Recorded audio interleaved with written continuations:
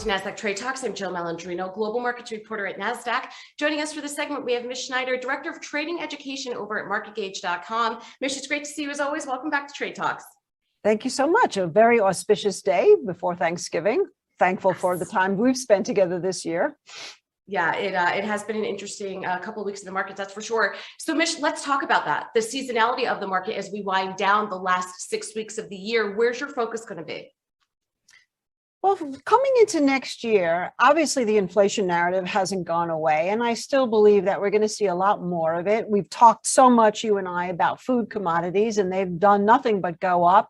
Anytime they dip or correct or consolidate, it becomes a buy opportunity. And the one thing that you can't point a finger at and blame, because what are you going to do about Mother Nature, is Mother Nature. So when it comes to food, that's driving a lot of this inflation. Obviously, people talking about the cost for Thanksgiving.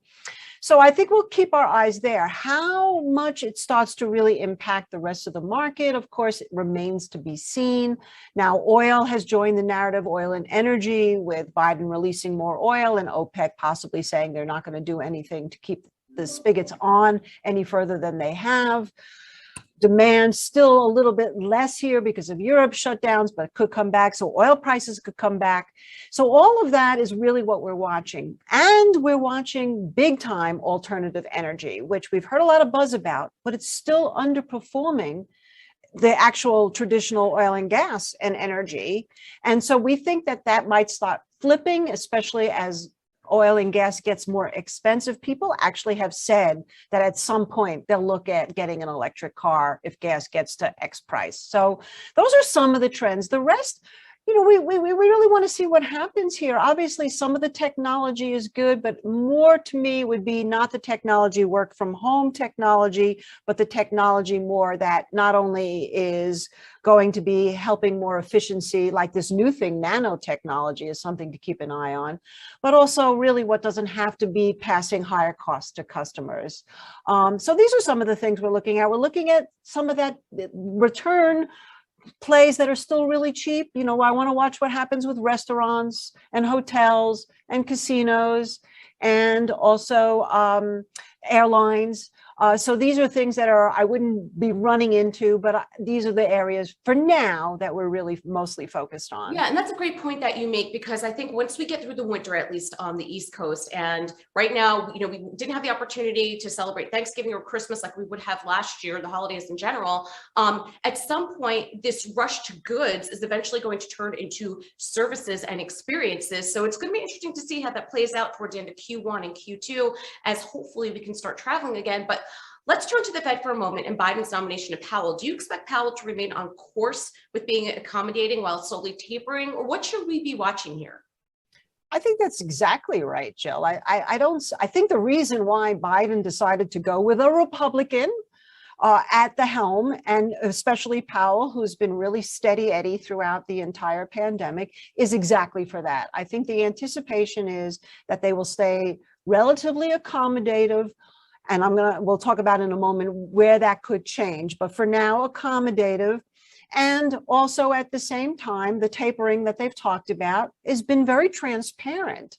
So I don't see any, had he not gone with it, it would have been more upsetting. I think the market actually overreacted over the last couple of days in anticipation that rates are just going to go crazy because you have all these other Fed people saying that they're going to raise, they're going to taper faster, but it's Powell, we know, who makes the decision. And even Brainerd, as vice chair, was somewhat political with the progressives.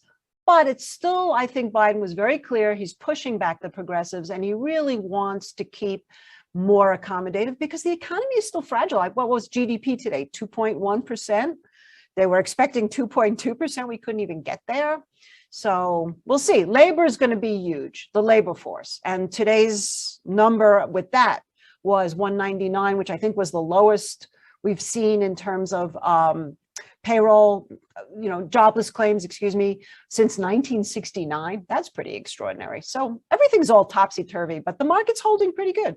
Yeah, it makes you wonder as we turn the calendar. I mean, thinking as someone who's looking for a job now, if I were, do you really want to start with the last 6 weeks of the year because a lot of people are on vacation and the cohesive team isn't there? So, all right, I'll put it on hold till January. So I wonder if we'll see any upticks there.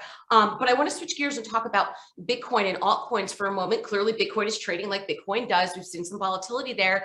But with people I've been interviewing, started to hear those year-end targets anywhere from 75,000 to 100,000.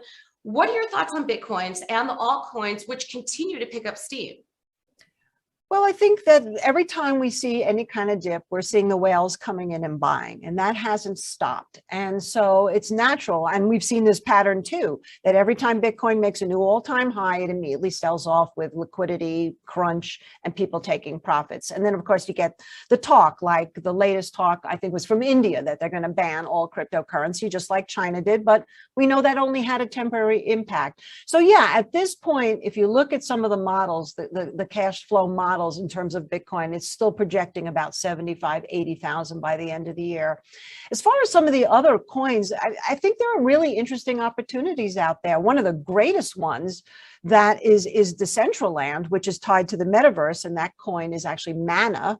That thing has gone up over 60% in the last week.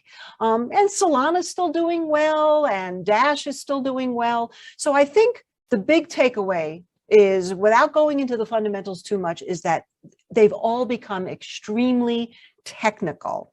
And for traders like us, that's exciting because they're the commodities of yesterday. You can pick what you want that's hot. You can buy the momentum, the volatility. You can use chart points to get in and to get out. And you don't really even know that much about the coin per se. It's really just a technical game at this point, which is wonderful. It's been fun. Yeah, well, I mean, they do stocks, they do it with commodities. Why not do it with crypto as well? It's just a newer asset class. Mish, as always, we appreciate the insight. Happy Thanksgiving to you and the team at MarketGauge. And thanks for joining us on Trade Talks. I'm Jill Malandrino, Global Markets Reporter at Nasdaq.